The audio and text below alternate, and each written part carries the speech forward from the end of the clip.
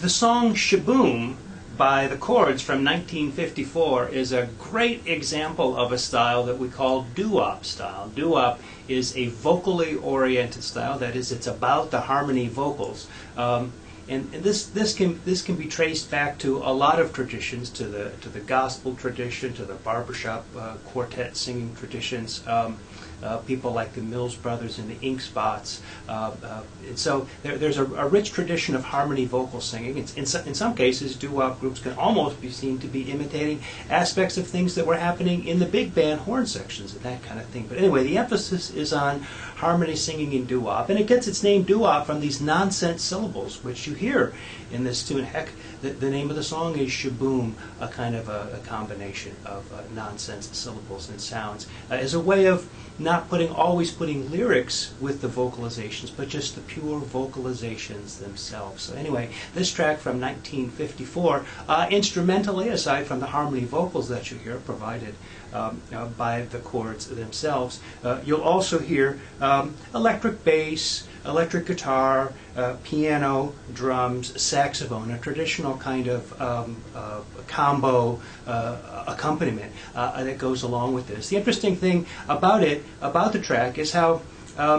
these doo-wop groups would often fill their tracks with interesting kinds of contrasts to sort of show off their singing. And a lot of times, the song that became a hit for a doo-wop group was their flashiest number. That's why so many of the doo-wop groups didn't have a really big follow-up hit, because they used their best number for that first hit. And so the rest of them, the ones that followed, oftentimes were not as catchy or elaborate or exciting. So a lot of the doo-wop groups are one-hit wonders.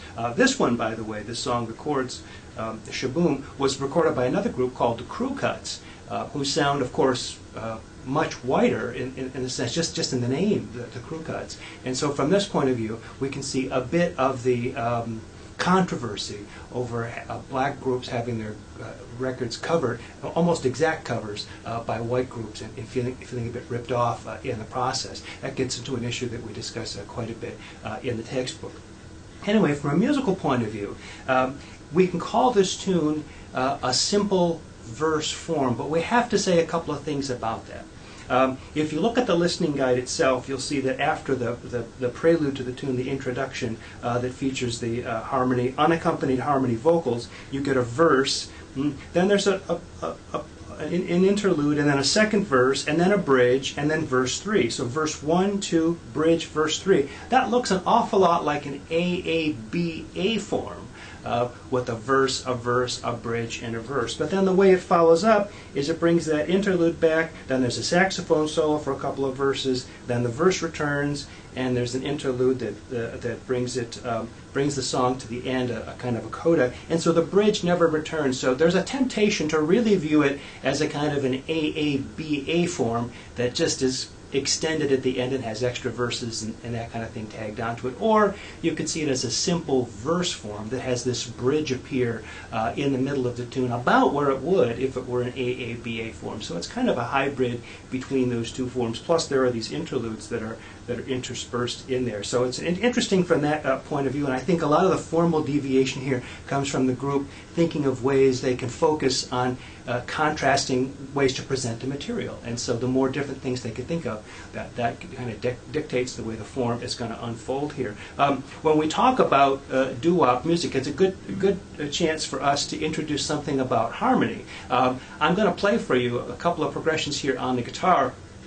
These progressions I'm playing not in the key of the tune, so that we don't get into any copyright problems with me actually doing a version of it. But these chord progressions are common enough that this could be any number of tunes, especially if I play it in a different key and don't imitate the record. So let's listen to what's happening with the harmony of this tune. I'm going to play here in the key of D major. That's what we call a 1 chord. And musicians like to number each of the chords. We use Roman numerals with that. So in the key of D, we would have D being the 1 chord. E minor happens in that key, it's the 2 chord. F sharp minor is the 3 chord. And then on with 4, 5, 6, 7, and then we're back to 1 again. So we have a chord for each of the different notes in the scale.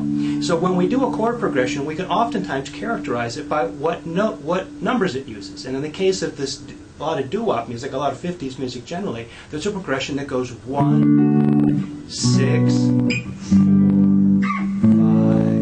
1, 6, 4, 5.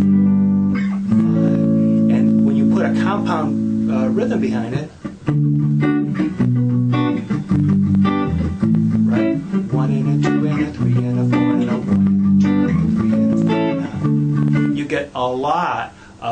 get a lot of doo-wop tunes, including the basic framework for what happens in shaboom. It actually turns out that in the case of this one, for those of you who are listening very carefully, the chords go 1, 6, but instead of 4, the chord is a 2 to a 5 to a 1, and that substituting the 2 for the 4 is something that happens in not only jazz music but a lot of rock and roll music as well. So anyway, this progression 1, 6, 4, 5 is so common in doo-wop numbers that it's pretty much, a lot of people just sort of call it the doo-wop progression. Anyway, you'll hear that a bunch in this one. Let's listen now to the Chords shaboom from 1954.